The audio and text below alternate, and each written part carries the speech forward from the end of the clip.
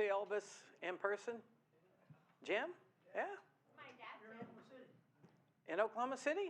Wow. All right. I've seen Elvis the Jelly Roll. You've seen, okay. It's not the same, I don't think. Well, I'm going to start off telling you a true story that was actually made into a movie. It's about a man named John Blanchard, and he looked at his watch. It was 7 p.m., and he was at Grand Central Station on time, there to meet a woman whose face he had never seen, but whose heart he knew. The woman with a rose. It had been a year since he had first encountered the name Hollis Maynard. He had found a book in the library on a military base in Florida where he was stationed. And although he was impressed with the book, he was even more impressed with the thoughts and reflections written in a delicate feminine handwriting in the margins. And so he flipped to the back of the book to see who had owned it, and on it was written the name Hollis Maynard. And so he set about the task of trying to get in touch with her. And through some work, he found out she lived in New York City. He was able to contact her, and they began to correspond. Well, just a few weeks after that, John Blanchard was sent overseas for duty in World War II. But they corresponded for the next 12 months, and each letter was like a seed that fell on receptive soil, and before long, they began to fall in love. He asked Hollis to send him a photograph, but she refused. She said, "If you love me, it doesn't matter what I look like." Don't know how any of you would take that. But they did arrange for an initial meeting after he returned, and it would be at Grand Central Station, 7 p.m. on a certain evening. And so here we find him looking at his watch, remembering that he had asked the question, well, if I don't know what you look like, how will I know which one is you? And she had written him back, I will be the one wearing a rose on my lapel. Well, now I want to just let John Blanchard tell you in his own words what happened. He said, a young woman was coming toward me. Her figure long and lean, and her long blonde hair lay back in curls. Her eyes were as blue as the skies. Her lips and chin had a gentle firmness, and in her pale green suit, she was like springtime come alive. I started toward her, entirely forgetting to notice that she was not wearing a rose. As I moved, a small smile went across her lips, and she passed me by, and that was when I saw Hollis Maynard. She had been standing almost directly behind the girl. She was a woman well past 40. She had graying hair tucked underneath her worn hat. She was plump, and as the girl in the green suit was walking by away, I felt as though I was split in two. My desire to follow her, and yet so deep was my longing for this woman whose spirit had truly captured my own and had upheld my own while I was away. And there she stood. Her pale, plump face was gentle and kind. Gray eyes had a warm twinkle. I did not hesitate. My fingers gripped the small, worn blue leather book that was to identify me. I squared my shoulders. I held out the book to the woman, even though as I spoke, I held back some feelings of disappointment. I am Lieutenant John Blanchard, and you must be Hollis Maynard. I'm so glad to finally meet you. May I take you for dinner? Well, the woman's face broadened into a smile. She said, I don't know what this is about, son, but the young lady in the green suit who just went by begged me to wear this rose on my coat. And she said, if you were to ask me out for dinner, I should tell you she's waiting in a restaurant across the street. She said this is some sort of test. Well, it's a true story. The two got together, were married for over 50 years, and had a wonderful life. Now, if you're here today as a married person, perhaps your marriage did not start off with quite as much drama, but I guess that nevertheless you have had very high hopes for a long and wonderful marriage, or at least at one time you had high hopes for that. Because I'm not aware of any arena of life that routinely sets a higher level of expectation for people to hang their hopes on than in this area of marriage. And with such high expectations can come the possibility of some pretty deep disappointment and dashed dreams. And the reason is this: God created the marriage relationship to be closer and deeper than any other human relationship. We talked about this last week. Closer than a parent-child relationship, closer than siblings, closer than even the very best of friends, closer and deeper than any other human relationship, because in Genesis 2:24, the scriptures tell us it's the only kind of relationship which has math that says 1 plus 1 equals 1. And that is the goal of marriage, oneness. And when it's happening, it is a truly wonderful thing. But when oneness breaks down, well, that's where country music comes in. With song titles like "I'm So Miserable Without You, It's Almost Like Having You Here." Or this song, country song, "How Come Your Dog Don't Bite Nobody But Me." Or "Your kids are you're the reason our kids are so ugly." That's not nice. How about this one? "If the phone doesn't ring, you'll know it's me." I like this one. "I want a beer as cold as my ex-wife's heart." "If I'd shot you when I wanted to, I'd be out of prison by now." "If you leave me, can I come too?" And finally, "I just couldn't leave her behind alone." You're just taking it the wrong way. Okay, so today our talk is entitled "Solving Common Marital Struggles." I want to do a little audience participation, okay? Just yell out what you think are some of the common struggles that a lot of marriages deal with, all right? Just say one, whatever you think it might be. Money. What is it? Money? Money is for sure. In-laws. Boy, tell me about that. That's Jim? How hard it is to train a grown woman. How hard it is? Yeah. You're lucky Melanie's not here today, I'm telling you. If Melanie had been here, I don't think that would have, Kids can definitely, create wonderful things in a marriage, but also can be a source of stress, disagreement, whatever. Any other ones? Mundane tasks of life. The mundane tasks of life. That should be shared. That should be shared. You sounded like, is that a cry for help, Kellyanne? Or? I'm just kidding. Okay, all right. Well, as I worked on my talk this week, I was thinking there's no way that we can address each of those individual issues. It's just too broad, too many. So I decided to put all of those issues into 3 categories: self-centeredness, stress, and communication. Here we go. Self-centeredness is having too much concern for your own welfare and not, your own likes, your own dislikes, your own interests, and having too little, interest in your spouse's welfare, their likes and dislikes. Now, selfishness is firmly embedded in our human nature. It's natural to be more concerned about ourselves than to be concerned about other people. But in Philippians chapter 2, Paul commends a young guy named Timothy for being a person who genuinely cared about other people and not just himself. Now, self-centeredness out in our society at large is not a great thing, but when self-centeredness rears its ugly head in a marriage, it can affect just about every single thing. I mean, household duties, who's going to do what? Who decides how the money is going to be spent? Where you spend your holidays? Who's going to change the diaper? Who's going to help the kids with their homework and so forth? And there are 2 kinds of people in this world generally: givers and takers. Givers and takers. A marriage between 2 givers is usually filled with love and joy and harmony. A marriage between a giver and a taker is eventually going to bog down into resentment. And a marriage between 2 takers has almost no chance for survival. Now, I know that you would be disappointed here on this Thanksgiving weekend if we talked about solving common marital struggles if we didn't address the subject of sex. I know that's why you're all here today. Well, in 1 Corinthians, the Bible makes it very clear how self-centeredness can impact a sexual relationship. It speaks about the wife's body does not belong to her alone, and the same with the husband.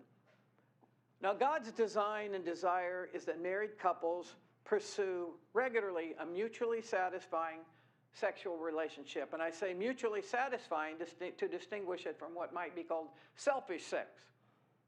We all know what that is. That's when your interest is only in your own needs, your own pleasures, with very little interest or concern about your mate's needs or pleasures. But make no mistake about it, God's design and desire is not for selfish sex, but rather a mutually satisfying sexual relationship in your marriage. A recent study revealed that 6 out of 10 married couples today are frustrated and unfulfilled in their sexual relationships, 60%. One man was quoted as saying, "It's the only thing we fight about." He said, "Who would have ever thought that we of all people would have this problem? Before we got married, we were so passionate we could barely keep our hands off each other. Now, even an attempt to discuss our sexual relationship or lack of it causes immediate polarization." And he said, "It's just not going to change. It's never going to change. And I know myself well enough to know that I can't live like this for the rest of my life. I don't know what to do." This week I came across a letter of a man that had written to his wife and that she and then had turned and given it to their marriage counselor. It went like this: "To my loving wife, during this past year I've tried to make love with you 365 times. I have succeeded only 36 times. This is an average of only about once every 10 days. The following is a list of reasons why I did not succeed more often. It was too late, 26 times. It was too early, 15 times. It would awaken the children, 23 times. It was too hot, 16 times. It was too cold, 5 times. You had to go to the bathroom 19 times. You pretended to be asleep 46 times. The windows were open and the neighbors might hear 9 times. Backache 26 times. Headache 19 times. Toothache 13 times. You had the giggles 6 times. Not in the mood 36 times. Too full 17 times. The baby is crying 10 times. Up late watching television 21 times. Company in the next room 11 times. But seriously, there's much more to sex than just a physical act. Over and over, the Bible uses a certain term that we see at the bottom of this verse. The two become one. They become one flesh. They become united with each other. And the Bible contends that this sexual activity creates a kind of oneness that no other activity can really do. An author named Al Hafner puts it this way: God designed sexual activity to be a kind of bonding experience. Whenever people engage in sexual relations, something far more than physical is going on. The emotions get involved. The soul is summoned to link up with your partner's soul. And in good, healthy marriages, this connectedness is something that happens on a fairly regular basis. And it's not always driven by passion and romance, but sometimes just the need to be close to each other and to sort of reaffirm the intimacy and the security of being loved and knowing that you love that other person. But whether it be household duties, choosing a restaurant, picking out a movie, or who's going to get up in the middle of the night with the baby, or any other number of things, sexual frequency, God's solution to minimizing the negative effects of self-centeredness in a marriage is that each one of you, from Philippians 2, should look not only to your own interests, but also to the interest of, in this case, your husband or your wife. All right, a second category of common marital struggles is stress. And experts say that the 5 biggest causes of stress in most marriages are, number 1, money. Who spends too much, who doesn't make enough. One person's a saver, the other one's a spender. You know how that goes. Number 2, friends and family. Maybe controlling in-laws or bossy people, or maybe one of you or your spouse has a friend that the other person just doesn't like. They just grate on their nerves or whatever. Number 3 would be sex. One person can't get enough, the other person isn't as interested, so forth. Number 4, household duties. Are things divided up equally? The wife says, so I do the dishes, the laundry, clean the house, drive the kids to school and all their activities. I shop, I cook, I decorate, I help with the homework. And you change the oil in the car like every 6 months. And now you don't even do it yourself. You take it to Hibdon's and you sit and watch TV and drink coffee while they're doing it. This doesn't seem like a really fair deal here. The fifth source of stress in a lot of marriages is kids. Now, kids are wonderful. They're great. They can bring a lot of love and joy into your life and all that. But no offense, Megan, they can wear you out. All right? From morning sickness to sleepless nights, to potty training, to breaking things that matter to you, to needing rides everywhere, to having to buy them everything. Then there are the teenage years and college tuition and paying for a wedding, then helping with the grandchildren. Stress, kids can be a stress on a marriage. And stress can take a huge toll on any marriage. Because when you're working, maybe full time, you have kids to take care of, you have a house to take care of, maybe you're still trying to get your degree, you have financial pressures, in-law problems, maybe you're trying to start up a new business, and all of those things together are just an absolute sure recipe for stress. And stress, as we all know, takes a toll, and it usually leads to fatigue. And what happens when you're mentally and physically and emotionally worn out? You become irritable. You become easily angered or maybe depressed. We get so overcommitted in so many areas of our lives that we end up having very little time or energy left for the things or for the people that really matter the most to us. Now, several years ago, I did a little series called The Simple Life, and it was about this idea of taking steps to unclutter and simplify your life. Get rid of things that really aren't that important, because stress and fatigue can be marriage killers. But the scriptures say in Ephesians 5, be very careful how you use your time. Be wise in how you live. Be wise. Don't just go through the motions of life. Don't just do what everyone else does. Think about it. And with God's help and a little reflection, you can probably reduce some of the stress in your life. You may have to downsize a little bit. You may have to stop doing some lesser important things. I talked about it a couple of months ago. Write out your top 5 or 10 priorities in life and then build your life around those things. A while back, Jan and I came up with an idea of putting a circle down and put inside the circle the people, the things that are really most important to us, and then all these other things outside the circle. And we talk about, is that inside the circle? Is that one of the things that's really us worth getting worked up about and worth focusing on? What's inside the circle? What's outside the circle for you right now? Build your life around your top priorities. Whatever it takes to improve and or save your marriage or family is probably worth it. So what we're doing is trying to take all of the various problems and issues that married couples often struggle with and condense them into 3 categories: self-centeredness, stress, and then third, communication. Now, when 2 people meet, male and a female, they'll often spend hours talking on the phone or at a restaurant or driving in the car or taking long walks together. You remember that when you first met? You just talk and talk and talk, and they talk about their lives and their backgrounds and their likes and their dislikes, their hopes, their plans for the future. But after we get married too many times, the talking is replaced by watching television or focusing on work or focusing on the kids. But it's not simply the act of talking that's important, it's communicating. And a big part of communicating is listening so as to understand.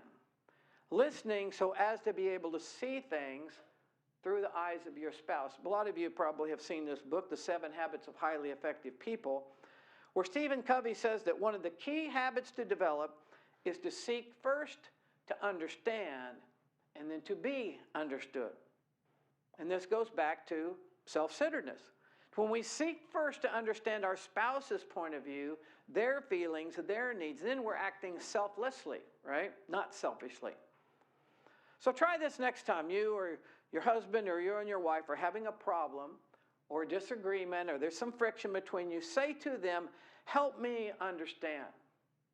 Help me understand how you feel and what you mean. and maybe what solution you think would work. You know, words are very powerful little things. Words can hurt and words can heal. How about Ephesians 4:29? It says, "Do not let any unwholesome talk come out of your mouths. Instead, only say things that build other people up." Think of the kind of words that are said in your house. Are they often words that are critical or dismissive or negative? Or are they usually words that are of kindness and affirmation, words filled with grace and love? Try it. Seek first to understand and then to be understood. You know, when I look over and reflect on these categories and apply them to my marriage, I would admit that over our 32 years, we've had our ups and downs in all three of those categories. And I've been a pretty serious Christian for like 5 decades now. And it's embarrassing at how self-centered and that I can be at times. And I'm often more selfless here at the church and with my kids than I am with Janet. I mean, if you guys need help, sure, I can do it. If one of my kids needs help, absolutely. If Janet needs help, it's like, can't you see I'm busy? I'm tired, my life's hard. So I have some work to do. I have some growing to do in that area. And when it comes to stress and fatigue, Janet and I sometimes play this game called My Life is Harder Than Your Life. If you've ever done this with your spouse, I'll say like, hey, look, I got to pay the bills. I got to work on my talk. I got to take the kids to their basketball game. I got to fix whatever's broken in the house, and I don't know how to do any of that. I got to clean out the garage again. I've got to go to a meeting. To which Janet responds, oh, I have to answer a bunch of students' emails. I have to make dinner. I have to help the kids with their homework. I have to do the laundry. I have to make cookies for the kids' school. I don't feel good. My parents are coming next week. I'm all out of money. I'm tired. It's just, my life is harder than your life. I don't know if any of you, rest of you do this, but we occasionally get into that. And on this last one, my wife actually has a doctorate in communication. You would think that we could do this. But you know what I fall into? I seek to first make her understand me and what the situation, and then that's about it. And she seeks first to make me understand, and then that's about it. However, the principle is seek first to understand the other person's point of view, their feelings, and then try to help them understand you. Now, one of the things Jan and I have done right, and I mentioned this over the last 32 years, I mentioned it last week. Since we've been married, and we've had a weekly date night, virtually every week for 32 years, and 2 or 3 little getaways every year. And we have found that, I think you would too, that getting away from work and getting away from the kids and just getting away from the house and the TV, we talk more. We listen more. We feel more connected. Ephesians 5 reminds us that good marriages don't just happen. They take time, they take effort, they take selflessness, and they take commitment. And as I said last week, sometimes commitment simply means I'm willing to be unhappy for a while until things get worked out. And if you can't do that for a while in marriage, you probably won't remain married very long. You're going to be unhappy sometimes, but I'm committed until we get this figured out. I'm staying in this deal. And commitment, of course, means facing the storms of life together. As it says, sickness and health, in joy and in sorrow. So be more selfless. When you're under stress, listen to each other and lean on one another. And be open and honest in your communication. All right, let's stand. We'll have our closing prayer.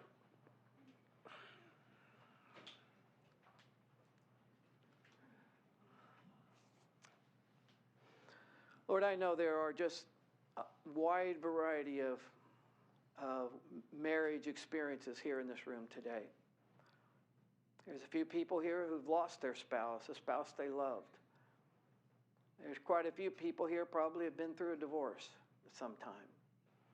All of us have experienced ups and downs and frustrations. And Lord, we just want to seek out this thing, this magical thing that you designed, where two people become one and they blend their lives together and they walk with you and they walk with each other through life. And we want to experience everything that's about. And Lord, I pray for those here today that are maybe single and wish they were married, for those that have been married and don't want to ever do that again, and just each of us in our situations, that we would take these things, even just about relationships in general, if we're not married. It's always better to be selfless. It's always better to, want first to understand the other person, and then to be understood. A lot of these things are just general, important lessons of life. And Lord, I thank you that we were able to talk about this today. Pray that you would be with us as we leave this place today and go out and represent you in this world. We pray that in Jesus' name. Amen. All right, everybody. We'll see you next time.